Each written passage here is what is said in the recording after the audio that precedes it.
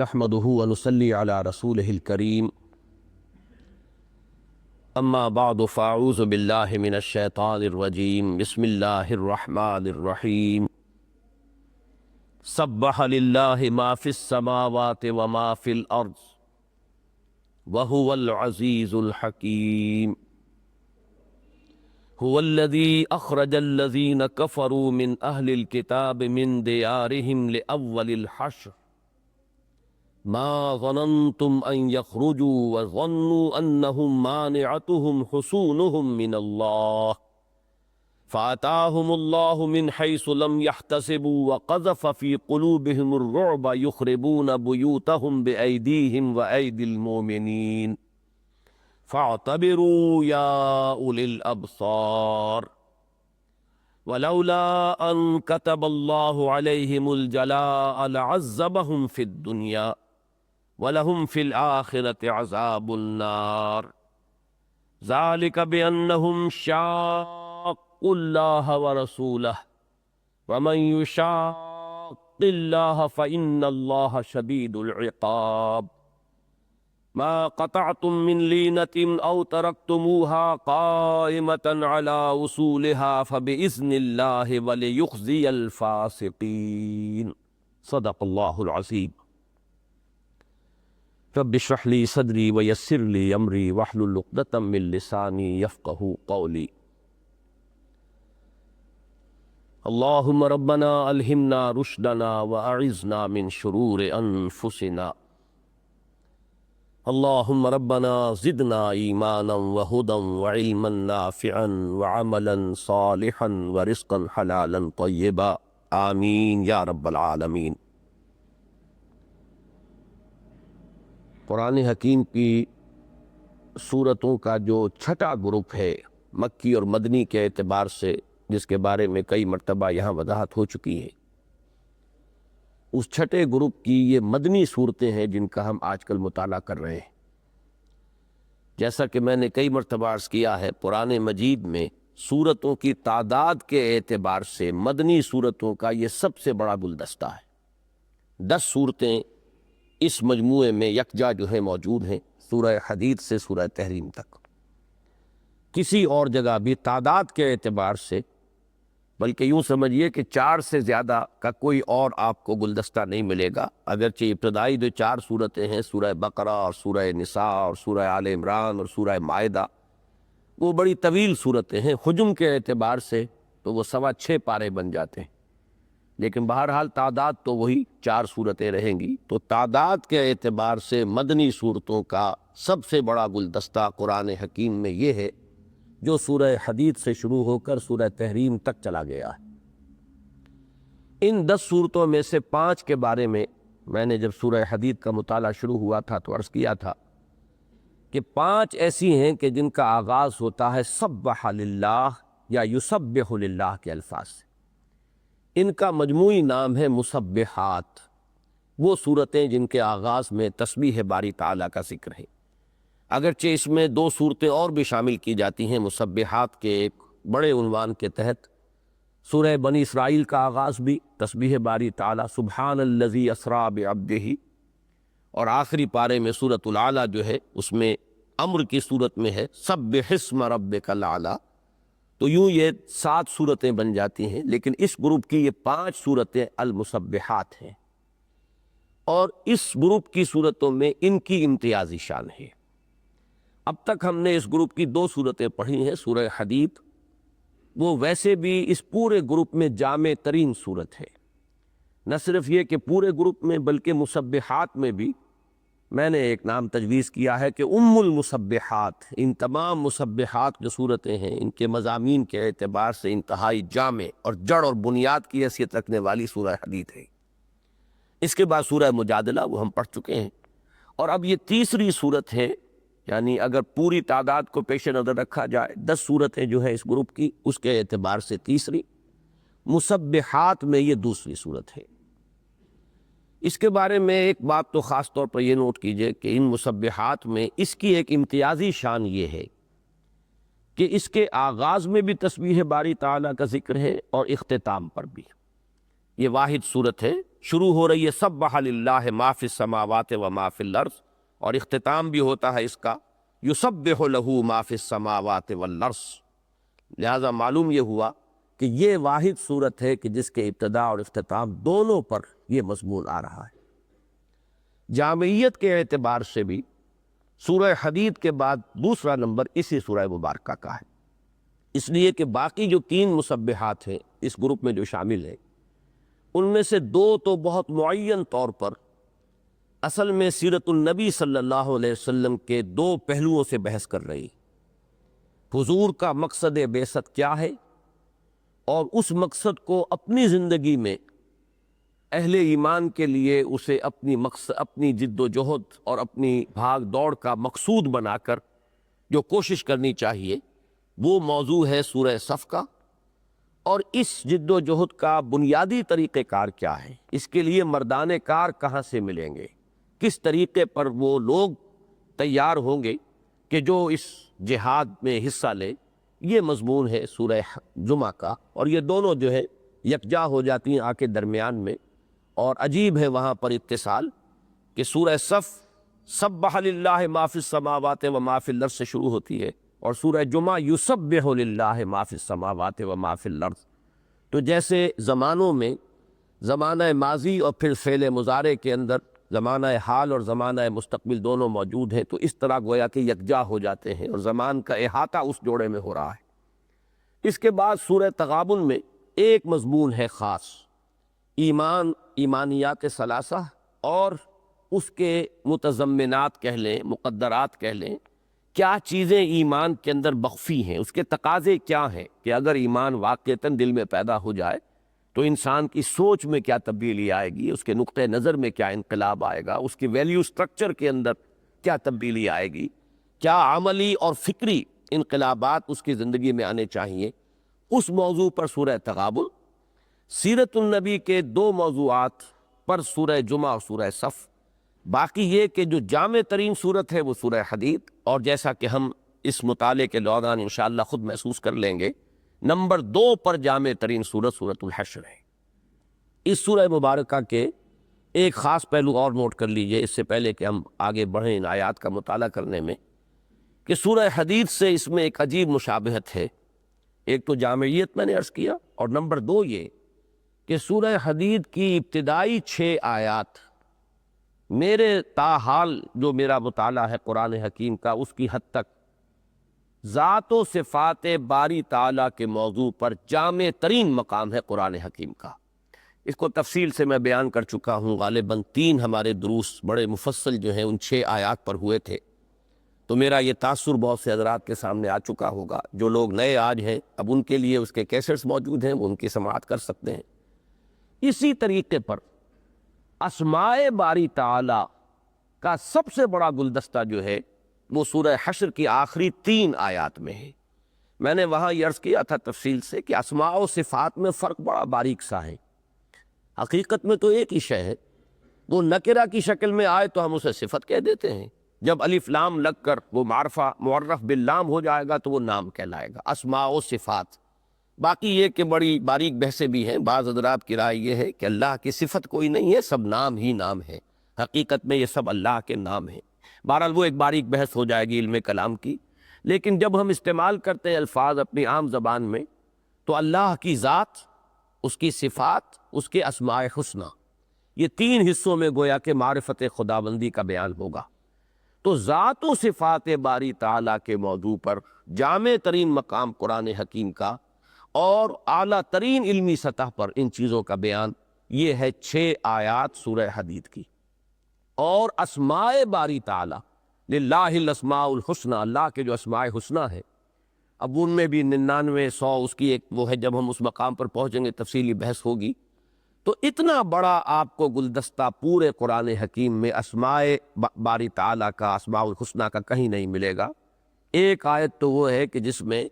یوں تو تسلسل کے ساتھ 8 اسماء ہیں، الملک القدوس السلام المؤمن المہیمن العزیز الجبار المتکبر۔ مزید یہ کہ اس کے آغاز میں چونکہ هو اللہ الذی لا الہ الا ہو، تو اللہ جو اسم ذات جس کو بعض حضرات کہتے ہیں، تو یوں اگر اس کو جمع کیا جائے تو 9 اسماء باری تعالیٰ ایک آیت میں جمع ہے، اس کی کوئی اور نظیر پورے قرآن میں موجود نہیں۔ اس کے بعد پھر 4 اسماء آتے ہیں اور اس کی بھی صرف ایک نظیر اور ملے گی، اور وہ بھی انہی مسبحات میں ہے، سورہ حج میں، یسبح للہ ما فی السماوات و ما فی الارض الملک القدوس العزیز الحکیم، وہاں بھی 4 اسماء آئے۔ سورہ حدید میں بھی 4 اسماء آئے ہیں، لیکن وہ خاص مقام ہے جیسا کہ میں نے اس وقت عرض کیا تھا کہ وہ واحد ہے اس اعتبار سے کہ وہاں حرف واو درمیان میں آیا ہے، اور کہیں اللہ کے اسماء و صفات کے مابین کہیں حرف واو نہیں آتا۔ هو الاول والآخر والظاہر والباطن، باقی جہاں بھی آپ دیکھیں گے 2 آئیں، 4 آئیں یا 8 بھی آئے ہیں، جیسا کہ ابھی میں نے عرض کیا سورہ حشر کی ایک آیت میں کہیں درمیان میں حرف عطف نہیں ہے، بلکہ مسلسل وہ چلتا ہے ان کا ذکر۔ بہرحال یہ ایک مشابہ ہے سورہ حدید کے ساتھ، نوٹ کر لیجئے۔ باقی اس سورہ مبارکہ کو ہم درس کے اعتبار سے 4 حصوں میں انشاءاللہ پڑھیں گے، ان کا ذرا ایک اجمالی سا آپ کے سامنے جو ہے نقشہ آ جائے۔ پہلی 5 آیات میں، بلکہ یوں کہیے کہ 17 آیات میں غزوہ بنی النضیر کا ذکر ہے اور اس سے متعلق کچھ حالات اور مسائل۔ اسی لیے حضرت ابن عباس رضی اللہ تعالی عنہما سے یہ بھی مروی ہے کہ وہ اس سورت کو کہتے ہی تھے سورۃ بنی النضیر، یہ سورہ بنی نذیر ہے، اس میں بنی نذیر کے غزوے کا ذکر ہے۔ ان کی تقسیم یوں ہے کہ پہلی 5 آیات جو انشاءاللہ آج ہم پڑھ لیں گے، اس میں تو اس غزوے کا ایک جامع ذکر ہے واقعاتی انداز میں، جو اس کا نتیجہ نکلا اس کے اعتبار سے۔ اس کے بعد کی 5 آیات میں اس غزوے میں ایک خاص مسئلہ سامنے آ گیا تھا، اور وہ مال غنیمت کی ایک خاص صورت ہے جس کو کہ اموال فے کہا جاتا ہے، اور اس کا ایک خاص حکم ہے مال غنیمت سے علیحدہ۔ مال غنیمت تو وہ اموال تھے کہ جو جنگ کے بعد بالفعل جنگ ہو اور لوگوں نے اس میں سرفروشی کی ہو، میدان میں آئے ہو، باضابطہ مقابلہ ہوا ہو، پھر جو مال ملے وہ مال غنیمت ہے۔ اس کی تقسیم تو کا قاعدہ یہ ہے کہ اس کا خمس جو ہے وہ تو بیت المال کا ہے، اللہ اور اس کے رسول کا، اور باقی 4 حصے جو ہے وہ تقسیم ہو جاتے تھے ان میں کہ جنہوں نے اس جنگ میں حصہ لیا۔ اس میں سے بھی حضور کا یہ طریق تھا کہ آپ جو سوار ہوتے تھے انہیں دوہرا حصہ دیتے تھے، اس لیے کہ ظاہر بات ہے کہ وہ اپنے اونٹ یا گھوڑے کو بھی مینٹین کرتے تھے، اور جو پیادہ ہوتے تھے ان کو اکیلا حصہ ملتا تھا۔ لیکن فے وہ اموال ہیں کہ جو اس طور سے حاصل ہو جائیں کہ باضابطہ جنگ کی نوبت نہ آئے، ایسے ہی کچھ روب ایسا طاری ہو جائے اہل ایمان کا جس کی وجہ سے کہ مخالفین یا جو دشمن ہیں وہ بغیر جنگ کیے ہوئے وہ پسپائی اختیار کر لیں یا شکست تسلیم کر لیں، تو پھر جو مال ملتا ہے وہ مال فے ہے۔ اس فے کے ضمن میں پھر تفصیلی احکام یہاں آئے ہیں، چونکہ حضور صلی اللہ علیہ وسلم نے اس سے ایک اہم مسئلے کو حل فرمایا تھا اس وقت، اور وہ یہ کہ جو مہاجرین آئے تھے مکے سے اور مدینے میں، ابھی وہ ان کی کوئی معاشی جو ہے حیثیت جو ہے وہ برقرار نہیں ہوئی تھی، اس کی کوئی جڑیں نہیں تھی، انہیں خصوصی طور پر ان اموال فے میں سے آپ نے حصہ دیا، اور اس کے ضمن میں پھر تعریف آئی ہے اہل ایمان کی اور انصار کی خاص طور پر کہ انہوں نے اسے ہرگز ناگوار نہیں سمجھا کہ اس میں سے انہیں کوئی حصہ نہیں مل رہا، سب مہاجرین کو دیا جا رہا ہے۔ تو جو اسپرٹ ہونی چاہیے صحابہ کرام میں جو تھی، اور جو بھی اللہ کے دین کے لیے محنت کرنے والے اور جہاد کرنے والے ہوں، جو بھی حزب اللہ جن کا ذکر کہ ہم نے سورہ مجادلہ کے آخر میں پڑھا ہے، جو اس حزب اللہ میں شامل ہوں، ان کے جو جذبات ایک دوسرے کے ساتھ ہونے چاہیے، ان کا بہت ہی خوبصورتی کے ساتھ بیان ان آیات میں آیا ہے۔ مزید یہ کہ ایک عظیم آیت اس میں وارد ہوئی ہے جس میں کہ جو نظام ہے، اجتماعی نظام جو اسلام دنیا میں قائم کرنا چاہتا ہے، معاشی نظام، معاشرتی نظام، سیاسی نظام، اس میں معاشی نظام کا ایک ہدف، ٹارگٹ، کہ اس کا مقصود کیا ہے، کس چیز کو حاصل کرنا چاہتا ہے اسلام اپنے اس نظام کے ذریعے سے، اس کے ضمن میں ایک عظیم آیت آئی ہے کہ جو حکمت قرآنی کی خاص طور پر نظام زندگی کے اعتبار سے جو حکمت ہے قرآن کی، اس کے اعتبار سے وہ بہت اہم آیت ہے کہ لا یکون دولتم بین الاغنیاء منکم۔ یہ بھی اس اگلی 5 آیات میں وہ آیت آئے گی جو انشاءاللہ ہم اگلے درس میں پڑھیں گے۔ پھر 7 آیات میں منافقین کا رول آیا ہے کہ اس غزوہ بنی النضیر کے ضمن میں ان کا کردار، ان کا رویہ کیا سامنے آیا۔ یہ بہت مشابہ ہے سورہ مجادلہ میں جو ان کے کردار کا ذکر آیا ہے اس سے، اس اعتبار سے جو ماسبق سورہ ہے سورہ مجادلہ اور سورہ حشر جو ہے جس کا اب ہم مطالعہ کر رہے ہیں، ان کے مابین ایک مناسبت ہے کہ منافقین کا کردار وہاں بھی زیر بحث آیا ہے ایک خاص پہلو سے، اور ایک دوسرے اعتبار سے یہاں تفصیلاً آیا ہے۔ پھر آخری جو 7 آیات ہے جس پر کہ سورہ مبارکہ کا تیسرا رکوع مشتمل ہے، ان میں سے جیسا کہ میں عرض کر چکا ہوں آخری 3 آیات تو اسماء حسنہ کے عظیم ترین گلدستے پر مشتمل ہے، لیکن انہی میں ایک اور آیت بھی ہے جو میرے نزدیک قرآن حکیم کی عظیم ترین آیات میں شمار ہو سکتی ہے، بلکہ یوں سمجھیے کہ جو سورہ حدید کی ابتدا میں ہم نے آیت پڑھی تھی، جو فلسفہ وجود کے جو مشکل ترین موضوع ہے، فلسفے کی بھی مشکل ترین شاخ فلسفہ وجود، ماہیت وجود اور حادث اور قدیم کے مابین ربط و تعلق، یہ بڑے ثقیل مسائل ہیں، اس موضوع پر عظیم ترین آیت جو ہے هو الاول والآخر والظاہر والباطن وهو بكل شيء علیم، بالکل اسی کے لگ بھگ ہے اپنے مرتبے کے اعتبار سے وہ آیہ مبارکہ کہ جو اس سورہ مبارکہ کے آخری حصے میں آئے گی، وَلَا تَكُونُوا كَالَّذِينَ نَسُوا اللَّهَ فَأَنْسَاهُمْ أَنفُسَهُمْ أُولَٰئِكَ هُمُ الْفَاسِقُونَ۔ اور جیسا کہ میں نے وہاں عرض کیا تھا کہ بہت سے حضرات ہیں جنہیں فلسفہ اور حکمت سے کوئی خصوصی جو ہے مناسبت ذہنی نہیں ہے، وہ اگرچہ بعض دوسرے پہلوؤں سے قرآن مجید سے بڑا شغف رکھتے ہیں، لہٰذا بعض دوسرے مقامات پر وہ بڑی تفصیلی بحثیں کرتے ہیں، لیکن یہ بہت ہی ایک تعجب والی بات ہے کہ یہ عظیم ترین آیات هو الاول والآخر والظاہر والباطن والی بھی، اور یہ آیت جو اس سورہ مبارکہ میں آ رہی ہے وَلَا تَكُونُوا كَالَّذِينَ نَسُوا اللَّهَ فَأَنسَاهُمْ أَنفُسَهُمْ، کہ اس کے بارے میں کوئی خاص اہمیت انہوں نے محسوس نہیں کی، اس لیے کہ اپنا ذہن نہیں ہے، اپنا ذوق نہیں ہے، اپنا مزاج نہیں ہے،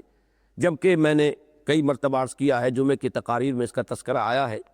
کہ علامہ اقبال نے اپنے فلسفہ خودی کا سورس جو ہے وہ اس آیت کو قرار دیا ہے وَلَا تَكُونُوا كَالَّذِينَ نَسُوا اللَّهَ فَأَنسَاهُمْ أَنفُسَهُمْ۔ تو اصل میں اس میں بھی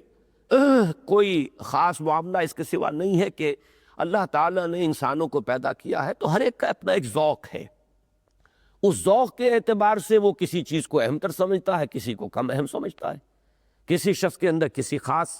اگر کوئی ذوق کی کمی ہے، اگر کسی شخص کو موسیقی کا ذوق ہی سرے سے نہیں ہے تو اعلیٰ سے اعلیٰ موسیقی بھی اگر ہو رہی ہو تو اسے کچھ محسوس نہیں ہوگا، وہ ایسے ہی ہے جیسے بھینس کے آگے بین بجائی جائے جسے کوئی احساس نہ ہو، لیکن جس کے اندر وہ احساس ہے اس کا اب ظاہر بات ہے کہ جو بھی اس کا رد عمل ہوگا وہ ہم میں سے ہر شخص جانتا ہے۔ تو یہ ہے اصل میں ذوق کا معاملہ اور ذہن اور مزاج کی ساخت کا مسئلہ۔ بہرحال یہ 4 حصے ہیں اور ارادہ یہ ہے کہ 4 نشستوں میں اللہ تعالیٰ اس سورہ مبارکہ کا درس جو ہے مکمل کرا دے۔ ہو سکتا ہے کہ آخری حصے کو پھر سپلٹ کرنا پڑے، اس میں ایک بہت عظیم آیت جو ہے عظمت قرآن کے موضوع پر بھی آئی ہے، لَوْ أَنزَلْنَا هَذَا الْقُرْآنَ عَلَى جَبَلٍ لَرَأَيْتَهُ خَاشِعًا مُتَصَدِّعًا مِّنْ خَشْيَةِ اللَّهِ۔ تو یہ 3 آیتیں جو ہیں حکمت قرآنی کے اعتبار سے بڑی عظمت کی حامل ہے سورہ مبارکہ میں، اور آخری 3 آیتوں میں سب سے بڑا گلدستہ اسماء حسنہ کا رہا ہے، تو ہو سکتا ہے کہ ہمیں وہ آخری 7 آیتیں جو ہیں انہیں 2 نشستوں میں مکمل کرنا پڑے۔ بہرحال اب آئیے کہ ہم اس سورہ مبارکہ کا سلسلے وار مطالعہ شروع کرتے ہیں۔ فرمایا سبح للہ ما فی السماوات و ما فی الارض، تسبیح کرتی ہے اللہ کی ہر وہ شے جو آسمانوں میں ہے اور ہر وہ شے جو زمین میں ہے، وَهُوَ الْعَزِيزُ الْحَكِيمُ، اور وہ زبردست ہے کمال حکمت والا۔ یہ آیت بعین ہی صرف ایک لفظ کے فرق کے ساتھ سورہ حدید میں آ چکی ہے اور تفصیل سے میں بحث کر چکا ہوں۔ اب جس نہج پر ہم اس درس کو لے کر آگے چلنا چاہتے ہیں میں اب اس وقت تکرار نہیں کروں گا، جن حضرات کو بھی دلچسپی ہے وہ سورہ حدید کے کیسٹ سب موجود ہیں، ان کو سنیں، بلکہ ویڈیوز موجود ہیں دیکھیں اور وہاں سے استفادہ کریں۔ میں تفصیل سے عرض کر چکا ہوں، فرق صرف کیا ہے، وہاں تھا سبح للہ ما فی السماوات والارض، یہاں ما فی کا اضافہ ہوا ہے، تکرار ہے، اور اس کا فائدہ صرف ایمفیسس ہے۔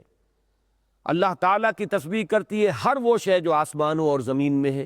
اللہ کی تسبیح کرتی ہے ہر وہ شے جو آسمانوں میں ہے اور ہر وہ شے جو زمین میں ہے۔ تو اس کا فرق جو ہے وہ صرف ایمفیسس کا ہے، مفہوم کا بنیادی فرق واقع نہیں ہوتا، اور یہ تدریجی طور پر ارتقا ہوا ہے۔ پہلی آیت جو ہے مسبحات میں سے پہلی سورت کے شروع میں جو آیت آئی ہے وہ مختصر ترین ہے، اب یہاں ذرا مضمون کھلا ہے، ما فی السماوات و ما فی الارض۔ پھر اس سورہ مبارکہ کے اختتام پر بھی جو آیت آئی ہے فعل مضارع کی شکل میں، یسبح لہ ما فی السماوات والارض، پھر وہاں معافی کی تکرار نہیں ہے۔ لیکن اس کے بعد اب جب آئے گا معاملہ تو سورہ صف میں آپ دیکھیں گے سبح للہ ما فی السماوات وما فی الارض، سورہ جمعہ میں یسبح للہ ما فی السماوات وما فی الارض، اور پھر سورہ تغابن میں یسبح للہ ما فی السماوات وما فی الارض۔ تو یوں سمجھیے کہ کل 6 مرتبہ یہ مضمون آیا، 3 مرتبہ فعل ماضی میں، 3 مرتبہ فعل مضارع میں۔ ان 3 میں سے 1 مرتبہ تو آیا یسبح للہ ما فی السماوات والارض، اور 2 مرتبہ آیا یسبح للہ ما فی السماوات وما فی الارض۔ یہی معاملہ فعل ماضی میں۔ تسبیح کا مفہوم کیا ہے، آسمان اور زمین اور ہر شے کی تسبیح کس معنی میں ہے، یہ تفصیل سے میں بیان کر چکا ہوں۔ اب یوں سمجھ لیجئے کہ ان صورتوں میں یہ آیات جو ہے یہ ایک بہت ہی پرجلال آغاز کلام کا کام دے رہی ہیں، کہ ایک شخص سنے اور سنتے ہی متوجہ ہو جائے کس کا کلام میں سن رہا ہوں، کس کی بات ہے کہ جو میرے سامنے آ رہی ہے، اس کی عظمت و جلالت کا ایک نقش جو ہے وہ انسان کے قلب پر قائم ہو جائے، تاکہ ظاہر بات ہے کہ ان میں سے جو پڑھنے والے وہ ہیں کہ جو ایمان رکھتے ہیں، ان کے لیے وہ بات ہے جو میں عرض کر رہا ہوں، کہ اب ان کے لیے جو سمجھتے اللہ کا کلام ہے، اور جب آغاز ہو رہا ہے سبح للہ ما فی السماوات وما فی الارض، تو گویا کہ اس ہستی کی ایک جلالت شان کا نقش جو ہے قلب پر قائم ہوتا ہے، اور انسان اپنی پورے وجود کے ساتھ متوجہ ہوتا ہے کہ کیا فرمایا جا رہا ہے۔ فرمایا هو الذی اخرج الذین کفروا من اہل الکتاب من دیارہم لاول الحشر، وہی ہے جو العزیز ہے، الحکیم ہے، زبردست ہے، کمال حکمت والا ہے، جس کی تسبیح کائنات کا ذرہ ذرہ کر رہا ہے، وہی ہے جس نے نکالا ان لوگوں کو جنہوں نے کفر کیا اہل کتاب میں سے پہلے ہی جمع ہونے کے وقت، لأول الحشر۔ یہ بھی میں عرض کر دوں گا، مراد ہے غزوہ بنی النذیر، جس کے نتیجے میں کہ یہود کا یہ قبیلہ بنو النذیر یہ جلا وطن کیا گیا مدینہ منورہ سے۔ میں چند جملوں میں صرف چاہوں گا اس وقت کے پس منظر بیان کر دوں، اور تفصیل کے لیے آپ حضرات کو میں ریفر کروں گا کہ مولانا مودودی صاحب نے تفہیم القرآن میں بڑی تفصیل سے یہود جو آباد تھے عرب میں ان کی تاریخ کا پس منظر بیان کر دیا، اسی سورہ مبارکہ کے جو ان کے تعارفی اور تمہیدی کلمات ہوتے ہیں اس میں۔ تو اس سے جو کچھ بات سامنے آئی ہے وہ یہ ہے کہ یہود کے یہ 3 قبیلے جو مدینے میں آباد تھے، اور اس کے علاوہ تبوک میں، فدق میں، خیبر میں، تیمہ میں، یہ مختلف وادیاں ہیں جو مدینے سے شام تک یہ جو شاہراہ ہے پرانی امام مبین، اور یہ طویل ایک راستہ ہے جس پر کہ قافلے چلا کرتے تھے، تو اس میں یہ مختلف جگہوں پر یہ آبادیاں تھیں کہ جہاں یہود کی گڑھیاں یا ان کے قلعے تھے اور یہ یہاں آباد تھے۔ کچھ معلوم نہیں ہوتا صحیح طور پر کہ یہ یہاں کب آئے اور کیوں آئے۔ بعض لوگوں نے یونی یہود میں سے، عرب کے یہود نے کو دعویٰ کیا ہے کہ ہم تو حضرت موسیٰ علیہ السلام کے زمانے سے یہاں آ گئے تھے، جب وہ حضرت موسیٰ علیہ السلام یہود کو لے کر مصر سے نکلے اسی وقت ہم یہاں آ گئے تھے، اور کوئی تفصیلی انہوں نے اس کے واقعات بیان کیے ہیں، لیکن یہ چیز قرین قیاس نہیں ہے۔ اندازہ یہ ہے کہ یہ انہوں نے صرف اپنی یہاں قدامت ثابت کرنے کے لیے کہ ہم یہاں کے بہت پرانے باشندے ہیں، اس لیے کہ اگر اس بات کو مان لیا جاتا تو اس کے معنی یہ تھے کہ وہ وہاں 2000 برس سے آباد تھے، لیکن اس کا ثبوت کوئی نہیں ملتا، اس لیے کہ جو بھی ہمارے پاس ذرائع ہیں تاریخ انسانی کو جاننے کے، ان میں جو کتبے اور مختلف پچھلی روایات ملتی ہیں، تو اس دور کی جو بھی روایات ہیں ان میں کہیں جزیرہ نما عرب میں یہود کے وجود کا نام و نشان نہیں ملتا۔ پھر ان میں سے بعض لوگوں کا دعویٰ یہ تھا کہ 6 صدی قبل مسیح میں جب کہ نبوکدنضر نے حملہ کیا تھا، یروشلم کو تباہ کیا تھا اور لاکھوں کو قتل کیا تھا اور لاکھوں کو وہ اسیر بنا کر لے گیا تھا بیبیلونیا، اس وقت ہم یہاں آئے۔ اگر ایسا ہوتا تب بھی اس کا مطلب ہے 1200 برس انہیں تقریباً ہو رہے تھے وہاں آباد ہوئے، لیکن یہ دونوں دعوے صحیح نہیں ہیں۔ اندازہ جو ہے صحیح ترین وہ یہ ہے کہ جب ٹائٹس نے حملہ کیا ہے سن 80 میں یروشلم پر، یہ حضرت مسیح علیہ السلام کے بعد ہوا ہے یہ واقعہ، رومنز نے جب حملہ کیا اور فتح کیا اس پورے علاقے کو، ویسے تو رومن پہلے بھی وہاں پر قابض تھے، لیکن خاص طور پر ٹائٹس نے جب حملہ کیا ہے اور 1,20,000 یہودیوں کو تو ایک دن میں قتل کیا ہے، اور اس کے بعد ہی سے یہودیوں کو یروشلم سے نکال دیا گیا تھا۔ پھر ان کا داخلہ جو یروشلم میں ہوا ہے وہ حضرت عمر فاروق کے دور خلافت میں جب کہ مسلمانوں نے فتح کر لیا یروشلم کو اور اوپن سٹی قرار دیا حضرت عمر نے رضی اللہ تعالیٰ عنہ کہ یہ مسلمانوں کے لیے بھی ہے، یہود کے لیے بھی ہے، عیسائیوں کے لیے بھی ہے، سب کا مقدس شہر ہے، ورنہ اس پورے عرصے کے دوران یہودی وہاں داخل نہیں ہو سکتے تھے۔ تو گمان غالب یہ ہے کہ یہ لوگ اس زمانے میں یہاں آ کر آباد ہو گئے، اور یہ چونکہ شاہراہ تھی ہی پرانی، باقی تو عرب کا حصہ جو ہے بہت بنجر نجد کے علاقے میں جا کے آباد ہونا اس زمانے میں ظاہر بات ہے کہ اس کا کوئی سوال نہیں تھا۔ یہ علاقہ ایسا تھا، پہاڑی علاقہ ہے حجاز کا، پہاڑوں کے سلسلے ہیں، سلسلوں کے مابین جب بارشیں ہوتی ہیں تو وادیاں بہہ نکلتی ہیں، پانی آتا ہے، وہیں پر کچھ پانی جذب ہو جاتا ہے تو وہاں کچھ کھیتی باڑی جو ہے، کچھ چشمے جو ہے وہاں چلتے ہیں۔ تو اس طریقے سے مختلف یہ وادیاں ہیں، یہ فدق ہے اور تبوک ہے اور اسی طریقے سے خیبر کا علاقہ ہے اور پھر یہ مدینہ منورہ۔ تو ان کے 4 قبیلے یہاں آئے تھے، جن میں بعد میں ایک قبیلے کا ذکر نہیں آتا۔ جب حضور صلی اللہ علیہ وسلم تشریف لائے ہیں مدینہ منورہ میں تو یہ 3 قبیلے یہاں آباد تھے، بنو قینقاع، بنو النضیر، بنو قریظہ۔ دوسری بات یہ نوٹ کرنے کی ہے کہ یہ جو اوس اور خزرج کے قبیلے تھے یہ بھی یہاں کے قدیمی قبائل نہیں ہیں، بلکہ یہ یہود کے بعد یہاں آئے ہیں۔ ایسا ہے کہ یہاں جب یہودی آ کر آباد ہوئے ہیں اس زمانے میں، یوں سمجھیے کہ حضرت مسیح کے کوئی 100 سال بعد اس زمانے میں آ کر آباد ہوئے، تو اس زمانے میں یہاں کچھ لوگ تھے جنہیں انہوں نے مار کر نکال دیا۔ جیسے جب یہاں ہندوستان میں آریہ آئے تھے تو انہوں نے ڈریویڈینز کو یہاں سے بے دخل کر دیا تھا اور وہ بھاگ گئے تھے اور پہاڑوں میں جا کر جنوبی ہند کے سطح مرتفع میں جا کر انہوں نے پناہ لی۔ یا یہ کہ ہمارے بلوچستان میں بھی جو سطح مرتفع ہے، براہوی قبائل انہی ڈریویڈینز کی کے بقایا ہیں، لیکن یہ کہ اس کے بعد جو علاقے زرخیز تھے ان میں ان کا وجود نہیں رہا۔ تو یہود جب آ گئے تو جو یہاں پہلے سے لوگ آباد تھے انہوں نے بے دخل کر دیا، نکال دیا۔ البتہ پھر تقریباً 300 برس بعد یمن میں جو ایک بہت بڑا سیلاب آیا تھا جس کا ذکر قرآن حکیم میں سورہ سبا میں ہے، اور وہاں اس سیلاب کی وجہ سے تباہی آئی اور بہت سے یمن کے قبائل وہاں سے نکلے۔ اس زمانے میں یہ 450 عیسوی کا زمانہ ہے تقریباً، تو یوں سمجھیے کہ 350 برس بعد یہود کے آنے کے بعد پھر یہ اوس اور خزرج یہاں آ کر آباد ہوئے۔ لیکن ظاہر بات ہے کہ یہود قابض تھے بہترین زمینوں پر، اوس اور خزرج بعد میں آئے تو ان کا حال وہاں پر بہت ہی خستہ رہا کافی عرصے تک۔ لیکن اس کے بعد ان کا ایک جو بڑا سردار تھا وہ شام سے غسانیوں کی مدد لے کر آیا۔ یہ بھی وہی لوگ ہیں کہ جو یمن کے سیلاب کے بعد نکلے تھے، وہ جا کر شام میں آباد ہو گئے تھے، ان کی طرف سے مدد لے کر آیا اور ان کی خاصی گوشمالی کرائی۔ اس کے نتیجے میں پاسا پلٹ گیا کہ اصل جو علاقے تھے مدینے کے جو زرخیز علاقے تھے وہ اوس اور خزرج کے قبضے میں آ گئے اور یہود کو باہر جا کر گڑھیاں بنانی پڑی۔ تو ایک صرف قبیلہ اس میں جو تھا بنو قینقاع، وہ تو مدینے کے اندر آباد رہا، لیکن 2 قبیلے بنو قریظہ اور بنو النضیر یہ ذرا مدینے سے باہر نکل کر مسجد قباء جہاں ہے اس کے ایک جنوب میں اور ایک مشرقی جانب میں یہ 2 قبیلے آباد ہو گئے۔ بنو قینقاع کا جہاں تک معاملہ ہے، حضور صلی اللہ علیہ وسلم جب تشریف لائے مدینہ منورہ تو آپ نے ان سے معاہدے کر لیے تھے۔ اس معاہدے کی بہت لمبی وہ شقیں اس کی ہیں۔ اہم ترین شق یہ تھی کہ اگر مدینے میں کوئی بیرونی حملہ آور آئے گا، جس کا اندیشہ موجود تھا کہ قریش جو ہیں وہ تعاقب کریں گے، حضور صلی اللہ علیہ وسلم اور مہاجرین جو مکے سے آئے ہیں یہاں آباد ہوئے ہیں، اور کھچڑی پکنی شروع ہو گئی تھی مکے میں فوراً ہی۔ وہاں وہ ہاکس بھی موجود تھے جو چاہتے تھے کہ ہم حملہ کریں جا کر اور تعاقب کریں محمد کا اور ان کے ساتھیوں کا صلی اللہ علیہ وسلم و رضی اللہ تعالی عنہم۔ لیکن وہاں وہ ڈوز بھی تھیں، میں نے تفصیل سے بحث کی ہے اس موضوع پر منہج انقلاب نبوی اپنی کتاب میں، کہ جیسے ہاکس اینڈ ڈوز کی اصطلاح آج کل استعمال ہوتی ہے، دنیا میں ہمیشہ یہ چیزیں چلی آئی ہیں، تو ہاکس بھی تھے، ڈوز بھی تھیں۔ تو انہوں نے روکے رکھا، ریسٹرین کیے رکھا اور کوئی حملہ آور نہیں ہونے دیا انہیں۔ لیکن حضور کو چونکہ اندیشہ تھا تو آپ نے آتے ہی ایک کام یہ کیا، اور یہ آپ کی بہت بڑی دور اندیشی ہے جس کو مستشرقین نے بھی بہت خراج تحسین ادا کیا ہے کہ واقعتاً معاملہ فہمی اور دور اندیشی کا شاہکار ہے، کہ حضور نے آتے ہی ان یہود کے قبائل سے معاہدے کر دیے،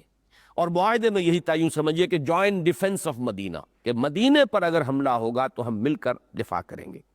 لیکن یہ تینوں قبیلے جو ہے بنو قینقاع، بنو نذیر اور بنو قریظہ، یہ بد عہدی کرتے رہے مختلف مواقع پر، اور اس کی پاداش میں پھر انہیں یہاں سے جلا وطن ہونا پڑا۔ پہلا معاملہ بنو قینقاع کا ہوا، اس کی تفصیل میں جانے کا یہ موقع نہیں ہے، وہ تو بدر کے فوراً بعد ہو گیا تھا۔ دوسرا معاملہ بنی نذیر کا ہوا ہے، یہ احد کے فوراً بعد ہوا ہے۔ چونکہ احد میں مسلمانوں کو خاصی زخم بھی پہنچ گئی تھی، نقصان پہنچا تھا، 70 صحابہ شہید ہوئے تھے،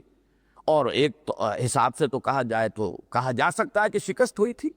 یہ تو ایک ابھی تک عقدہ لا ینحل ہے، اللہ تعالیٰ ہی کی طرف سے کوئی خاص تدبیر کہا جا سکتا ہے کہ اتنی واضح فتح پانے کے باوجود ابو سفیان اپنے لشکر کو لے کر واپس چلے گئے۔ بعد میں انہیں خیال بھی آیا، حضور کو گمان بھی تھا کہ یہ چلے گئے ہیں، انہیں اپنی غلطی کا احساس ہوگا، یہ پھر پلٹ کر حملہ کریں گے،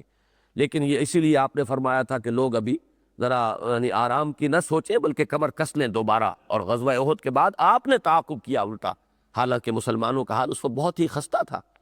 اور وہ بات ثابت بھی ہو گئی کہ انہوں نے سوچا تھا کہ واپس آنا چاہتے تھے حملہ آور ہونے کے لیے، لیکن میں یہ سمجھتا ہوں کہ یہ خاص اللہ تعالیٰ کی ایک حکمت تھی۔ بہرحال مسلمانوں کو جو زد پہنچی احد میں، اس سے اب ان کے حوصلے اور بڑھ گئے۔ ایک تو ان کی طرف سے جو ہو چکی تھی خلاف ورزی کہ انہوں نے جو معاہدہ تھا اس کی خلاف ورزی کی کہ انہیں بھی مدینے کے دفاع میں حصہ لینا چاہیے تھا۔ بدر کا معاملہ علیحدہ تھا، بدر میں مدینے پر حملہ نہیں ہوا تھا، بلکہ حضور صلی اللہ علیہ وسلم نے مدینے سے باہر نکل کر مقابلہ کیا تھا۔ بدر جو ہے وہ 80 میل کے فاصلے پر ہے مدینہ منورہ سے، اس اعتبار سے بدر کا معاملہ تو تھا مختلف، لیکن احد میں تو اب قریش آ گئے تھے اور مدینے پر حملہ آور ہوئے تھے، تو جو پیکٹ تھا، جو معاہدہ تھا میثاق مدینہ، اس کی روح سے انہیں اب دفاع میں حصہ لینا چاہیے تھا۔ تو مجرد یہ چیز بھی کہ انہوں نے دفاع میں حصہ نہیں لیا، یہ گویا کہ ان کی طرف سے نقض عہد ہو چکا تھا، انہوں نے اپنے عہد کی خلاف ورزی کی تھی۔ مزید برآں انہوں نے ایک سازش کی، حضور صلی اللہ علیہ وسلم ایک خاص معاملے میں گفتگو کرنے کے لیے، دیت کا کوئی مقدمہ تھا، اور اس میں آپ گفتگو کرنے کے لیے کہ اتنا مال یا اتنی دیت جو ہے اس کی اتنی مالیت کی آپ کی ذمہ داری ہے کہ ادا کریں، تو آپ گئے یہاں بنی نذیر کے علاقے میں، اور وہاں آپ ایک ان کے مکان کے باہر، جیسے کہ ہوتا تھا پچھلے زمانے میں، کوئی اور ہوتے تھے کہیں کوئی ایک چوپال سی ہے، چاروں طرف مکان ہے، تو ایک مکان کی دیوار کے ساتھ ٹیک لگا کر آپ بیٹھے ہوئے تھے اور لوگ بھی تھے۔ تو ان لوگوں نے یہ کہا کہ ٹھیک ہے یا ابو القاسم، آپ کا مطالبہ صحیح ہے، ہم آپ کی بات پوری کریں گے، ذرا ہمیں مشورہ کرنے کی مہلت دیجیے۔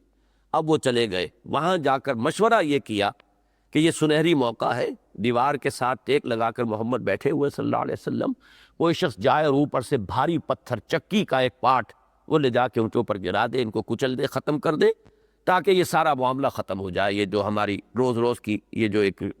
مصیبت بنی ہوئی ہے۔ ادھر سے حضرت جبرائیل علیہ السلام نے آ کر حضور کو اس کی خبر دے دی کہ یہ سازش انہوں نے کی ہے۔ حضور تیزی کے ساتھ وہاں سے اٹھے، صحابہ کرام حیران بھی ہوئے، حضور کے ساتھ حضرت ابوبکر، حضرت عمر، حضرت علی تھے، لیکن انہیں نہیں معلوم نہیں تھا، لیکن آپ تیزی کے ساتھ اٹھ کر روانہ ہو گئے۔ پھر آپ نے کہلوایا کہ تم نے یہ معاملہ کیا۔ یہ آتا ہے کہ اس وقت بھی ان میں سے ایک سردار نے انہیں روکا تھا کہ دیکھو تم یہ کام نہ کرو، اس لیے کہ انہیں اس کی اطلاع ہو جائے گی، کیونکہ یہود جانتے تو تھے کہ یہ اللہ کے نبی ہیں، رسول ہیں، یعرفونہ کما یعرفون ابناہم، اللہ انہیں مطلع کر دے گا اور تمہاری غداری جو ہے، بے وفائی، یہ تشت بام ہو جائے گی، لہذا باز آ جاؤ۔ لیکن وہ باز نہیں آئے، فیصلہ انہوں نے کر لیا۔ اب حضور نے جب فرمایا تم نے یہ سازش کی، تو وہ اس کا انکار نہیں کر سکے۔ یہ میں سمجھتا ہوں کہ جب میں آج پڑھ رہا تھا تو میرے ذہن میں واقع آیا کہ جیسے حضرت ابو سفیان یہ فرماتے ہیں کہ ایمان لانے سے پہلے ہرقل کے دربار میں جب حاضری ہوئی تھی، حضور کا نامہ مبارک وہاں پہنچا تھا، تو ان کے الفاظ یہ آتے ہیں کہ میں چاہتا تھا کہ جھوٹ بولوں، لیکن میں نے سوچا یہ جو میرے ساتھ اور لوگ تھے قریش کے کہ یہ کیا کہیں گے، اتنا بڑا سردار ہو کر جھوٹ بول رہا ہے۔ تو ایک غیرت اور ایک حمیت جو ہے، چاہے وہ حمیت ذات ہی ہو، چاہے وہ عزت نفس ہی ہو، بسا اوقات آدمی کے قدم جو ہے وہ روک دیتی ہے کسی غلط کام سے۔ تو جیسے اس وقت وہ جھوٹ نہیں بول سکے ابو سفیان رضی اللہ تعالیٰ عنہ، بعد میں ایمان لے آئے ہیں، جلیل القدر صحابی ہیں، ایسے ہی یہ لوگ بھی، چونکہ دل میں چور موجود تھا، خود ان میں ایک شخص موجود تھا جس نے یہ کہا تھا کہ تم دیکھ لو یہ کر تو رہے ہو یہ سازش، لیکن انہیں اطلاع ہو جائے گی، لہذا وہ انکار نہیں کر سکے۔ اس پر پھر ان کو وہاں سے جلا وطن کیا گیا، اور اس جلا وطنی میں پھر انہوں نے یہ کیا، حضور نے چونکہ محاصرہ کیا تھا، چند دن محاصرہ رہا، لڑائی کی نوبت نہیں آئی، اس لیے جو مال وہاں پہ ملا ہے بعد میں اسے اس کو مال فے کہا گیا، وہ مال غنیمت نہیں ہے۔ اس کے بعد ظاہر بات ہے کہ جب ان سے کہا گیا کہ جو سامان بھی تم اونٹوں پر لاد کر لے جا سکتے ہو سوائے اسلحہ کے، اسلحہ یہی چھوڑنا ہوگا، اور جو سامان اونٹوں پر لاد کر لے جا سکو لے جاؤ، اور اپنے بیوی بچوں کو لے کر یہاں سے چلے جاؤ۔ تو انہوں نے خود ہی اپنے گھروں کو توڑا، اور کوئی دروازہ کسی کی چوکھٹ اچھی تھی تو وہ نکال کے وہ ساتھ لے کر جا رہا ہے، تو گویا کہ وہ گھر جو بڑے چاؤ سے انہوں نے بنائے تھے، کوئی شہتیر اور کوئی کڑیاں اور کوئی کھڑکیاں اور اس سے پہلے بھی انہوں نے جب مقابلہ کرنے کے لیے جو اپنی فورٹیفیکیشن کی تھی، قلعہ بندی کی تھی، اس کے لیے بھی بہت کچھ انہوں نے توڑ پھوڑ کر کے اپنی ان آبادی کے اندر سے سامان نکالا تھا۔ تو اس کا نقشہ اس سورہ مبارکہ میں کھینچا جا رہا ہے کہ یہ صورتحال واقع ہوئی۔ ایک خاص واقعہ اور ہے، وہ میں بعد میں ذکر کر دوں گا۔ بہرحال اس پر اتفاق کرتے ہوئے اب آپ ان آیات کا ترجمہ کر لیجئے تو میں سمجھتا ہوں کہ پورا مضمون جو ہے وہ از خود واضح ہو جائے گا۔ هو الذی اخرج الذین کفروا من اہل الکتاب، وہی ہے اللہ، میں عرض کر چکا ہوں کہ وہی کون، جس کی تسبیح کرتی ہے آسمان اور زمین کی ہر شے، جو العزیز ہے الحکیم ہے،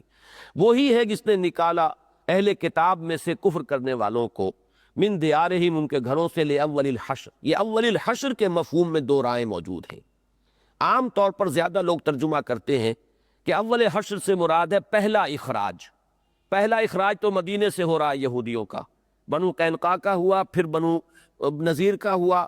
پھر وہ بنو قریظہ کے ساتھ وہ معاملہ اس سے زیادہ سخت ہوا ہے، انہیں تو بڑی شدید سزا ملی ہے بعد میں، وہ غزوہ احزاب کے بعد ہوا ہے۔ 3 قبیلے 3 بڑی جنگوں کے ساتھ ضمیمے کے طور پر ان کا معاملہ آیا ہے۔ غزوہ بدر کے بعد بنو قینقاع کا، غزوہ احد کے بعد یہ بنو نذیر کا، اور غزوہ احزاب کے بعد بنی قریظہ کا۔ اس کے بعد حضرت عمر کے زمانے میں رضی اللہ تعالی عنہ انہیں جزیرہ نماء عرب سے بالکل نکال دیا گیا، تو وہ گویا کہ دوسرا حشر ان کا ہوا۔ اور تیسرا پھر جو حشر ہے وہ قیامت کے دن ہونے والا ہی ہے۔ تو ایک رائے تو یہ ہے لأول الحشر کے پہلی مرتبہ کا اخراج، لیکن ایک دوسری رائے جو مجھے زیادہ قرین قیاس معلوم ہوتی ہے، اور شاہ ولی اللہ دہلوی رحمۃ اللہ علیہ کی رائے بھی وہی ہے، وہ یہ کہ جسے ہم اپنی زبان میں اردو میں کہتے ہیں محاورے میں اول وہلہ، یعنی یہ کہ جنگ کی نوبت ہی نہیں آئے، صرف جمع ہی ہوئے تھے، ابھی فوجیں صرف مسلمانوں کی آ کر وہاں جمع ہوئی ہیں، مڈ بھیڑ کی نوبت نہیں آئی، اور ان لوگوں کے وہاں سے حوصلے پست ہو گئے اور انہوں نے ہتھیار ڈالنے کا فیصلہ کر لیا۔ تو یہ جو ہے لأول الحشر سے مراد، اس لیے کہ حشر کے معنی واقعتاً یہ ہے کہ اخراج نہیں بنتے، حشر کے معنی جمع کرنا ہوتا ہے، منتشر لوگوں کو کہیں جمع کرنا، یہ ہے حشر۔ تو میدان حشر بھی ہم اس لیے کہتے ہیں کہ وہ جو قرآن مجید میں نقشہ کھینچا گیا ہے کہ جب سور پھونکا جائے گا تو لوگ مختلف جگہوں سے دوڑتے ہوئے، بھاگتے ہوئے، جیسے کہ وہ کہیں دوڑ لگا رہے ہو کسی کو نشانہ باندھ کر، تو اس طریقے سے لوگ جو ہے ایک جگہ پر جمع ہو جائیں گے، جمع ہونے کا میدان ہے میدان حشر۔ تو یہ گویا کہ پہلی جمعیت، ابھی وہ نوبت نہیں آئی تھی، لڑائی سے پہلے جمع ہوتے ہیں فوجیں، ان کی صف بندی ہوتی ہے، ان کے اندر جو ہے وہ رینکس اور کارڈرز کا تعین ہوتا ہے، ابھی یہی ہو رہا تھا لأول الحشر کہ انہوں نے، ان کے حوصلے پست ہو گئے اور انہوں نے ہتھیار ڈالنے کا اور اپنے آپ کو مسلمانوں کے رحم و کرم پر چھوڑ دینے کا فیصلہ کر لیا۔ ما ظننتم ان یخرجوا، تم نہیں گمان کرتے تھے کہ وہ نکلیں گے۔ اس میں خطاب تمام مسلمانوں سے بھی ہو سکتا ہے، اور ایک رائے یہ ہے کہ خصوصی روح سخن جو ہے وہ منافقین کی طرف ہے، اور دونوں ہی باتیں صحیح ہیں۔ یہاں جب خطاب ہوتا ہے قرآن مجید میں نے بارہ عرض کیا ہے کہ یا ایھا الذین آمنوا کے الفاظ میں بھی خطاب عام ہوتا ہے، مومنین صادقین، منافقین، سب سے خطاب ہوتا ہے یا ایھا الذین آمنوا سے۔ وہی بات یہاں بھی ہو سکتی ہے، اور واقعہ یہ ہے کہ جو حالات تھے فی الواقع اس کی روح سے، کہ ان کے بڑے مضبوط قلعے تھے، ایک بڑی مضبوط جمعیت تھی ان کی، پھر یہ کہ بنو قریظہ موجود تھے فاصلے پر، تھوڑے سے فاصلے پر، وہ امید ہو سکتی تھی کہ وہ بھی یہود میں سے ہیں، قبیلہ یہود کا ہے، وہ مدد کریں گے۔ پھر جیسا کہ ہم تیسرے حصے میں جا کر اس سورہ مبارکہ میں دیکھیں گے، عبداللہ ابن ابی کے لوگوں نے، اور اس نے پیٹھ ٹھوکی تھی ان کی کہ 2000 آدمی میرے ہیں، تمہارا ساتھ دیں گے، بالکل نہ نکلو، ڈٹے رہو، جمے رہو، ہم تمہارا ساتھ دیں گے۔ لہذا مسلمانوں کو جو بھی باحوال ظاہر، تو بظاہر بات ہے کہ یہی محسوس ہو رہا ہوگا کہ نکلنے والے نہیں ہیں، مڈ بھیڑ ہوگی، جنگ ہوگی، خوریزی ہوگی، یہ سارے مراحل جو ہے پیش آئیں گے۔ اور خاص طور پر اس میں روح سخن ان منافقین کی طرف ہے کہ جو در پردہ انہیں پیغام دے رہے تھے کہ تم سمجھتے تھے کہ یہ نکلیں گے نہیں، جمے رہیں گے، اور تم نے بھی اسی امید میں ان کی پیٹھ ٹھوکی کہ ان کا حوصلہ اور جو ہے ذرا قوی ہو جائے، تاکہ جو بھی بہتر نتیجہ نکلے پھر ہم ان سے کچھ اس کا معاوضہ بھی طلب کر سکیں کہ ہم بھی تمہاری مدد کے لیے تیار تھے، جیسے کہ سورہ احزاب میں بھی اس کا نقشہ آیا ہے۔ تو فرمایا کہ ما ظننتم ان یخرجوا، تمہارا گمان نہیں تھا کہ یہ نکلیں گے، وَظَنُّوا أَنَّهُمْ مَانِعَتُهُمْ حُصُونُهُمْ مِنَ اللَّهِ، اور خود ان کا بھی گمان یہ تھا، وہ بھی یہ سوچ رہے تھے کہ ان کی جو گڑھیاں ہیں، ان کے جو قلعے ہیں، ان کی جو فصیلیں ہیں، وہ انہیں بچا لیں گی اللہ سے، اللہ کی عذاب سے، اللہ کے پکڑ سے۔ بطش اللہ یا عذاب اللہ سے ان کو روک بن جائیں گی یہ اور ان کی حفاظت کریں گی، ان کا بھی گمان یہ تھا۔ لیکن یہ کہ جو ہوا ہے فی الواقع وہ اس کے بعد آ رہا ہے۔ اس میں جو یہ الفاظ آئے ہیں کہ انہوں نے یہ گمان کیا تھا کہ ان کے یہ قلعہ بندیاں انہیں اللہ سے بچا لیں گی، مانع منع کرنا، روک لینا، روک بن جائیں گی، ان کے لیے حفاظت کا ذریعہ بن جائیں گی۔ مانعتہم حصونہم من اللہ، تو آیا اس سے صرف جو ایک نتیجہ نکلا ہے وہ بیان کیا جا رہا ہے، یا واقعتاً وہ یہ سمجھ رہے تھے کہ ہمارا مقابلہ اللہ کے ساتھ ہے؟ یہ بات ذرا ایک باریک نفسیاتی سی بات ہے کہ یہود کا جو معاملہ خاص طور پر ہے، ان کی ذہنی ساخت، اس میں یہ بھی بعید نہیں ہے کہ وہ یہ جانتے بوجھتے ہوئے بھی، ظاہر بات ہے کہ یہ جاننا بوجھنا بھی تمام یہود کا معاملہ نہیں تھا، یہ علماء یہود جانتے تھے، باقی ان کی عوام کی اکثریت جو ہے انہیں کچھ معلوم نہیں تھا، وہ امیین تھے، وہ بھی اس معنی میں کہ انہیں کچھ معلوم نہیں تھا۔ سورہ بقرہ میں فرمایا گیا منہم امیون لا یعلمون الکتاب الا امانیہ، ان میں ایسے لوگ بھی ہیں امیین ہیں، انہیں تورات کا کوئی علم نہیں ہے، جیسے ہمارے ہاں عوام الناس کو کیا پتا قرآن میں کیا ہے، حدیث میں کیا ہے، وہ تو جو کچھ ہے مسئلہ پوچھ لیں گے جا کے اپنے علماء سے۔ تو ان کی بھی عظیم اکثریت تو یہی تھی، لیکن جو ان کے علماء تھے وہ پہچانتے تھے حضور صلی اللہ علیہ وسلم کو، لیکن ان کے تمرد کا عالم یہ ہے، ان کی روایات کچھ ایسی چلی آ رہی ہیں، تورات میں یہ چیزیں تک انہوں نے داخل کر دی ہیں کہ حضرت یعقوب علیہ السلام نے باقاعدہ اللہ سے کشتی کی، اور ساری رات کشتی ہوتی رہی، اور اللہ تعالیٰ حضرت یعقوب کو پچھاڑ نہیں سکا، اور صبح اللہ نے گویا کہ معافی مانگی کہ ٹھیک ہے بھائی فیصلہ نہیں ہوا، آپ مجھے جانے دو، تو حضرت یعقوب نے کہا کہ نہیں، یوں نہیں جانے دوں گا، پہلے مجھے برکت دے کر جاؤ، مجھے اور میری نسل کو، میری اولاد کو برکت دو تو میں تمہیں جانے دوں گا۔ تو یہ ان کا، اب ظاہر بات ہے کہ جو مذہبی روایات ہوتی ہیں انہی سے ایک مزاج بھی بنتا ہے، لوگوں کا ایک، جس کو آپ کلیکٹیو سب کانشس کہیں گے،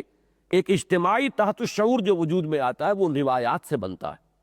تو گویا کہ یہ چیز بھی بعید از قیاس نہیں ہے کہ بالکل جانتے بوجھتے وہ مقابلے میں آئے ہوں اور وہ سمجھ رہے ہوں کہ نہیں، یہ ہمارے پاس سارے وسائل و ذرائع ہیں اور ہم اب بچ سکیں گے، مقابلہ کر سکیں گے، حالانکہ وہ جانتے تھے کہ مقابلہ جو ہے وہ محمد الرسول اللہ سے، صلی اللہ علیہ وسلم، اللہ کے رسول سے ہے، محمد ابن عبداللہ نہیں ہے، محمد الرسول اللہ صلی اللہ علیہ وسلم۔ اس معاملے میں بھی اب یاد آ رہا ہے تو میں حوالہ دے دوں کہ ہرقل کا معاملہ یہ ہوا، اس نے جو پہچان لیا تھا تو وہ مقابلے پر نہیں آیا، اسے اندازہ تھا، اس لیے حضور 30,000 کا لشکر لے کر تبوک کے اندر 20 دن خیمہ زن رہے، اور ہرقل لاکھوں کی فوج کے ساتھ موجود تھا، مقابلے پہ نہیں آیا، اسے پتا تھا کہ یہ اللہ کے رسول ہے، ان سے مقابلہ کر کے فتح کا کوئی امکان نہیں ہے۔ وہ عالم شخص تھا، اسلام لانا چاہتا تھا، لیکن وہ چاہتا یہ تھا کہ جیسے کسی زمانے میں وہ کانسٹنٹائن جو تھا، قسطنطین قیصر، اس نے جب وہ عیسائیت اختیار کی ہے تو پوری مملکت نے عیسائیت اختیار کر لی، تو نظام برقرار رہا، وہ شہنشاہی اس کی جو ہے وہ قائم رہی۔ وہ یہ چاہتا تھا کہ سب لوگ مل جل کر ہم ایمان لے آئے، تو اس نے وہ دربار اسی لیے منعقد کیا تھا، بڑے بڑے سرداروں کو جمع کیا اور اپنے علماء اور احبار اور ربانیین کو جمع کیا، تاکہ سب کے سب ایک کلیکٹیو ڈیسیجن لے اور کلیکٹیو کنورشن ہو جائے اسلام کی، تو میرا یہ جو نظام ہے یہ جو کا تو باقی رہ جائے۔ لیکن چونکہ اس میں اسے ناکامی ہوئی تو وہ حکومت اور سیادت کی جو زنجیر تھی اس کے پاؤں میں پڑی رہی بیڑی بن کر، وہ اسلام تو نہ لا سکا، لیکن اسے معلوم تھا کہ یہ اللہ کے رسول ہے، لہذا مقابلے میں وہ نہیں آیا، حالانکہ اس کی طاقت جو ہے وہ بہت زیادہ تھی، اور غزوہ موطا میں مسلمانوں کو خاصی تکلیف پہنچ چکی تھی، لیکن اس کے باوجود جب اس نے دیکھا کہ خود حضور آ گئے اب یہاں، تو وہ آگے نہیں آیا۔ لیکن یہود کا معاملہ، نصارہ اور یہود کی ذہنی ساخت اور مزاج کی ساخت میں فرق رہا ہے، یہی جو فرق جو ہے وہ یہاں پر بھی نمایاں ہو رہا ہے کہ ان کا گمان یہ تھا، وَظَنُّوا أَنَّهُمْ مَانِعَتُهُمْ حُصُونُهُمْ مِنَ اللَّهِ، ان کا یہ گمان تھا کہ ہماری یہ قلعہ بندیاں ہمیں اللہ سے بچا لیں گی، یعنی اللہ کی پکڑ سے۔ فَأَتَاهُمُ اللَّهُ مِنْ حَيْثُ لَمْ يَحْتَسِبُوا، تو اللہ ان پر وہاں سے حملہ آور ہوا، لفظی ترجمہ ہوگا اللہ وہاں سے آیا، یعنی مراد کیا ہے، حملہ آور ہوا، من حیث لم یحتسبوا، جہاں سے انہیں گمان بھی نہیں تھا۔ آدمی یہ سمجھتا ہے کہ مجھ پر کوئی باہر سے حملہ ہوگا، کوئی ہتھیار سے حملہ ہوگا، لیکن اللہ کا حملہ عجیب ہے، وہ اس کی شرح آگے آ رہی ہے، قذف فی قلوبہم الرعب، اللہ نے ان کے دلوں میں رعب ڈال دیا۔ اب ظاہر بات ہے کہ ساری قوت مقاومت انسان میں جو ہے وہ تو دل سے ہوتی ہے، مورال اگر ہے تو ساز و سامان بھی فائدہ پہنچائے گا، مورال ہی گر گیا ہے تو ہتھیار رکھے رہ جائیں گے۔ جیسے سن 67 کی جنگ میں مصریوں کا حشر ہوا تھا، میزائل رکھے رہ گئے، کوئی ان کا ٹریگر دبانے والا بھی نہیں تھا، اس لیے کہ وہ جب ایک دفعہ مورال گرتا ہے، بھگدڑ مچ جاتی ہے، تو سارے وسائل و ذرائع دھرے کے دھرے رہ جاتے۔ تو یہ ساری ان کی کوششیں، ساری محنتیں، ساری قلعہ بندیاں، ساز و سامان کا فراہم کیا جانا، اسلحہ کا جمع کرنا بیکار ہو گئے، جبکہ اللہ نے ان کے دلوں میں روب ڈال دی۔ اور یہ ذہن میں رکھیے کہ سورہ انفال میں بھی یہی الفاظ آئے ہیں، جہاں غزوہ بدر کا ذکر ہے کہ اللہ تعالیٰ نے فرشتوں کو جب حکم دیا تھا کہ جاؤ، جب حضور نے اللہ سے مدد مانگی اور اللہ تعالیٰ کی طرف سے یہ وعدہ آ گیا، تو فرشتوں سے جو الفاظ اللہ تعالیٰ نے اس وقت فرمائے ہیں جو قرآن میں آئے ہیں، سَأُلْقِي فِي قُلُوبِ الَّذِينَ كَفَرُوا الرُّعْبَ، تو میں ان کافروں کے دلوں میں روب ڈال دوں گا۔ اس کے بعد پھر اہل ایمان کو کھلی چھوٹ ہوگی۔ جس شخص کا دل ہی نہ رہا ہو، حوصلہ ہی ختم ہو گیا ہو، وہ تو بھیگی بلی بن کر سامنے کھڑا ہوتا ہے۔ فَاضْرِبُوا مِنْهُمْ كُلَّ بَنَانٍ، یہ کیا الفاظ ہے؟ فَاضْرِبُوا فَوْقَ الْأَعْنَاقِ وَاضْرِبُوا مِنْهُمْ كُلَّ بَنَانٍ۔ تو اب جب ایک شخص کا حوصلہ ہی جواب دے گیا، اس میں ہمت ہی نہیں رہی، تو وہ تو ایسے ہی ہے کہ چاہو تو اس کی گردن پر مارو، ایک ایک جو اس کی پور ہے اس کو جدا کر دو، اس لیے کہ اس میں مقابلے کی طاقت ہی نہیں رہی، ہمت ہی نہیں۔ اس کو تو یوں سمجھیے کہ جو ہمارے یہاں نیورستھینیا کہلاتا ہے، اعصاب ڈھیلے پڑ جائیں آدمی کے تو نظر آتا ہے تنو توش بھی ہے، سب کچھ ہے، لمبا چوڑا آدمی ہے، لیکن حوصلہ جواب دے چکا ہے، اعصاب جو ہے وہ ڈھیلے پڑ چکے ہیں۔ تو وہ معاملہ ہوا ان کے ساتھ۔ وہ یہ سمجھتے تھے کہ ہماری یہ قلعہ بندیاں ہمیں اللہ سے بچا لیں گی،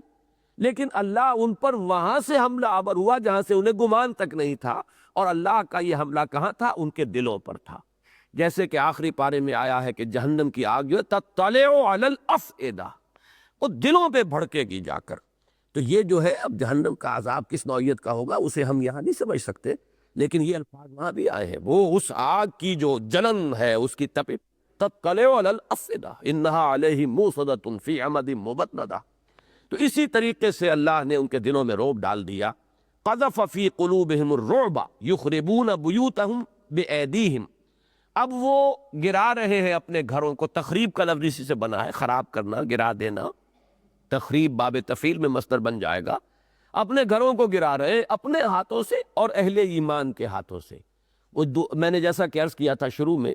جب انہوں نے شروع میں دیکھا کہ ہمیں اب قلعہ بندی کرنی ہے تو اس کے لیے بھی ساز و سامان جمع کرنا پڑتا ہے، تو کچھ نہ کچھ تو انہوں نے کہیں سے کواڑ اکھاڑا ہوگا، کہیں سے کوئی شیطیر نکالا ہوگا اپنی اس فورٹیفیکیشن کے لیے۔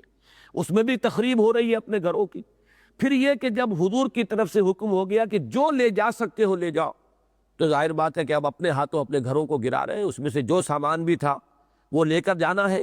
لکڑی کے شیطیر ہیں، قیمتی ہیں، دیوار ہے، چوکھٹیں ہیں۔ مزید یہ کہ اس لیے بھی خراب کر رہے ہوں گے اور انہیں مسمار کر رہے ہوں گے کہ اب تو یہ مسلمانوں کے قبضے میں آئیں گے، جیسے کہ جنگوں میں ہوتا ہے، کہیں سے پسپائی اگر کسی فوج کو اختیار کرنی پڑے تو وہ سب کچھ وہاں تباہی پھیر کر وہاں سے جاتی ہے، تاکہ جو فاتح جو فوج ہے اس کے ہاتھ کچھ نہ لگ سکے۔ تو کس قدر حسرتناک انجام ہے کہ یہاں جو یہ آباد تھے، آپ اندازہ کریں کہ اگر یہ یعنی سن 80 یا 100 عیسوی میں آئے ہیں تو اندازہ کیجئے کہ انہیں یہاں پر 500 برس ہو گئے تھے رہتے ہوئے۔ کس چاؤ سے مکان بنائے ہوں گے، کہاں کہاں سے ساز و سامان لائے ہوں گے، انہیں سجایا ہوگا، لیکن آج یہ ان کا حال ہو رہا ہے کہ اپنے گھروں کو اپنے ہاتھوں مسمار کر رہے ہیں۔ اور ظاہر بات ہے کہ پھر اس کے بعد رہی صحیح کسر مسلمانوں نے پوری کی ہوگی۔ فی بیوتہم بایدیہم وایدی المؤمنین فاعتبروا یا اولی الابصار، تو اے بصارت رکھنے والو، اے صاحب بصارت لوگو، عبرت پکڑو، سبق پکڑو، سبق حاصل کرو۔ جیسے کہ حضور نے فرمایا السعید من وعظ بغیرہ، سعادت مند وہ ہے جو کسی اور کو دیکھ کر اس سے نصیحت اخذ کر لے۔ کوئی گر گیا ہے تو اس سے سبق حاصل کر لے کہ یہاں یہ پھسلن ہے، ورنہ خود گر کر تو پھر ہر ایک کو سبق آ ہی جائے گا۔ اصل میں سعادت تو یہ ہے کہ کسی اور کا جو بھی معاملہ ہو رہا ہو اس سے انسان اپنے لیے سبق حاصل کرے۔ اس میں روح سکون میرے نزدیک اولین جو ہے وہ تو بنو قریظہ کے لیے ہے۔ ابھی ایک قبیلہ رہ گیا تھا، وہ بہت طاقتور تھا۔ اس کا معاملہ جو ہے پھر سن 5 میں جا کر غزوہ احزاب کے بعد ہوا کہ اب بھی ہوش کے ناخن لو، اور یہ 2 قبیلوں کا جو حشر ہو چکا ہے، جو بنو قینقاع کا اور بنو نذیر کا، اس سے سبق حاصل کرو۔ لیکن اسی میں سبق ہے خود اہل ایمان کے لیے بھی، کہ یہ بھی مسلمان تھے، یہ صاحب کتاب تھے، یہ انبیاء کے ماننے والے، بلکہ رسولوں کی نسل سے ہیں۔ یہ حضرت ابراہیم کی نسل، اس سے تعلق رکھتے ہیں، ان کو بڑا غرہ ہے کہ ہم تو اللہ کے بڑے چہیتے ہیں، لاڈلے ہیں، ہم تو we are the chosen people of the lord, ہم تو اللہ کے منتخب بندے ہیں۔ تو یہ حشر اگر آج ان کا ہو رہا ہے، مبادا یہی معاملہ ہے مسلمانوں کا بھی تمہارے ساتھ ہو، اور یہ معاملہ ہوا۔ جیسے کہ میں نے عرض کیا کہ ان صورتوں میں اہل کتاب کا ذکر جو ہے وہ دعوت کے لیے نہیں ہے، زیادہ تر نشان عبرت کے طور پر ہے۔ فَاعْتَبِرُوا يَا أُولِي الْأَبْصَارِ، جیسے کہ حضور کی حدیثیں بھی مختلف مواقع پر کوٹ ہوتی رہی ہیں۔ چنانچہ میرے ایک مضمون کے تو یعنی بنیادی تھیمز میں سے یہ چیز شامل ہے کہ حضور نے فرمایا لَيَأْتِيَنَّ عَلَىٰ أُمَّتِي كَمَا أَتَىٰ عَلَىٰ بَنِي إِسْرَائِيلَ حَزْوَ النَّعْلِ بِالنَّعْلِ، میری امت پر بھی وہ تمام حالات وارد ہوں گے جو بنی اسرائیل پر ہوئے، بالکل اس طرح جیسے ایک جوتی دوسری جوتی سے مشابہ ہوتی ہے۔ ایک جوڑے کی دو جوتیاں بظاہر تو ان میں فرق ہے، حقیقت میں جب آپ ان کے تلووں کو جوڑیں گے تو کوئی فرق نہیں ہوگا، اوپر سے دیکھیں گے تو ایک کا رخ ایک طرف ہے، ایک کا رخ دوسری طرف ہے، لیکن تلوے جوڑیے تو بالکل ایک ہوگی۔ تو اسی طرح کے حالات مسلمانوں میں آئے، وہی عملی، اخلاقی، اعتقادی، فکری، نظری، ہر طرح کی گمراہیاں جو یہود میں پیدا ہوئی تھیں مسلمانوں میں پیدا ہوئی۔ تو یہ گویا کہ ایک طرف عبرت ہے ان کے لیے، بنو قریظہ کے لیے خاص طور پر، دوسری طرف عبرت جو ہے یہ مسلمانوں کے لیے۔ فَاعْتَبِرُوا يَا أُولِي الْأَبْصَارِ، تو اے ہوش بندو، اے عقل و خرد کے حامل لوگو، جنہیں بھی کوئی بصارت ظاہری اور بصیرت باطنی حاصل ہے، انہیں چاہیے کہ اس سے عبرت حاصل کریں اور سبق پکڑیں۔ وَلَوْلَا أَن كَتَبَ اللَّهُ عَلَيْهِمُ الْجَلَاءَ لَعَذَّبَهُمْ فِي الدُّنْيَا، اور اگر ایسا نہ ہوتا کہ اللہ نے ان کے لیے جلا وطنی ہی طے کی ہوتی، یعنی اللہ تعالیٰ کے ہاں اس کے علم کامل میں تو یہ تمام چیزیں پہلے سے موجود ہیں، یہ تو ظہور ہو رہا ہے، ایکسفولیشن ہو رہا ہے ان چیزوں کا، اللہ کے علم میں تو طے شدہ ہے۔ تو اگر اللہ کی طرف سے پہلے سے یہ طے نہ ہوتا کہ ان کو اس موقع پر جلا وطن کیا جائے گا، تو اسی موقع پر گویا کہ ان کا حساب چکا دیا جاتا اور ان کو آخری سزا دے دی جاتی۔ یہ میرے نزدیک جو ہے معاملہ، یہ بھی روح سخن ہے اس میں بنو قریظہ کی طرف، کیونکہ ان کا معاملہ جو ہوا ہے وہ اس سے کہیں زیادہ عبرتناک ہوا۔ وہ ہم اس سے پہلے پڑھ چکے ہیں سورہ احزاب میں، غزوہ احزاب کے ضمیمے کے طور پر اس کا ذکر آیا ہے۔ بہرحال اس میں جو ہے یہاں ان کے بارے میں فرمایا لَعَذَّبَهُمْ فِي الدُّنْيَا، تو اللہ تعالیٰ انہیں دنیا ہی میں سخت ترین سزا دیتا، وَلَهُمْ فِي الْآخِرَةِ عَذَابُ النَّارِ، اور ان کے لیے آخرت میں تو آگ کا عذاب ہے ہی، جہنم جو ہے وہ تو ان کے لیے تیار ہے ہی۔ ذَلِكَ بِأَنَّهُمْ شَاقُّوا اللَّهَ وَرَسُولَهُ، یہ اس لیے کہ انہوں نے اللہ اور اس کے رسول کے خلاف دشمنی کی روش اختیار کی، محاذ آرائی کی۔ یہ بالکل محادہ کا لفظ جو آیا ہے سورہ مجادلہ میں، بار بار آیا ہے، یہ وہی مفہوم ہے جو دوسرے لفظ میں آ رہا ہے، مشاقہ یا مشاققہ، باب مفاعلہ، کہ ایک شق کہتے ہیں حصے ہو جانا۔ تو جب کہیں جنگ ہوتی ہے تو ایک ادھر ہے ایک ادھر ہے اور دو میں مقابلہ ہوتا ہے، تو محاذ آرائی اور دو بدو مقابلے کے لیے لفظ جو ہے یہ مشاقہ بھی ہے، دشمنی اس درجے کو پہنچ جائے کہ باقاعدہ محاذ آرائی ہو جائے اور صف بندی ہو جائے۔ تو ان بدبختوں نے، جیسا کہ میں نے اس وقت بھی عرض کیا تھا کہ محادہ کا جو لفظ آیا سورہ مجادلہ میں، وہ آیا انہیں یہود کے لیے، اور منافقین کا جرم وہاں یہ بیان کیا گیا تھا کہ یہ ان سے دوستی کر رہے ہیں، ان کے ساتھ ان کے مراسم ابھی تک قائم ہیں، حالانکہ انہیں اپنی بچشم سر دیکھ رہے ہیں کہ وہ اللہ اور اس کے رسول کے خلاف محاذ آرائی کیے ہوئے ہیں، پھر بھی ان کا حال یہ ہے کہ ان کے ساتھ اپنے دیرینہ مراسم اور دوستیوں کو نبھاتے چلے جا رہے ہیں۔ تو یہاں وہی لفظ آیا ہے، مفہوم وہی ہے، لفظ بدل گیا۔ ذَلِكَ بِأَنَّهُمْ شَاقُّوا اللَّهَ وَرَسُولَهُ، یہ اس لیے کہ انہوں نے دشمنی کی، محاذ آرائی کی، مقابلہ کیا اللہ اور اس کے رسول کے ساتھ۔ وَمَن يُشَاقِّ اللَّهَ فَإِنَّ اللَّهَ شَدِيدُ الْعِقَابِ، تو جو اللہ کے مقابلے میں آئے گا، سیدھی سیدھی بات ہے، تو پھر اللہ تو سزا دینے میں بہت سخت ہے، اس کی سزا ظاہر بات ہے کہ العزیز ہے، الحکیم ہے، زبردست ہے۔ ابھی تو اس نے اپنی حکمت کاملہ کے تحت ان سے نرمی برتی ہے،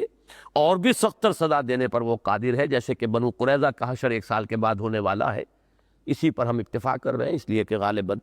وہ ریل جو ہے وہ ختم ہو رہی ہے۔ اب انشاءاللہ ایک آیت جو اس کی رہ گئی ہے وہ اگلے حصے میں شامل کر کے اگلے ہفتے کو پڑھیں گے۔ بارک اللہ لی ولکم فی القرآن العظیم ونفعنی وإیاکم بالآیات والذکر الحکیم۔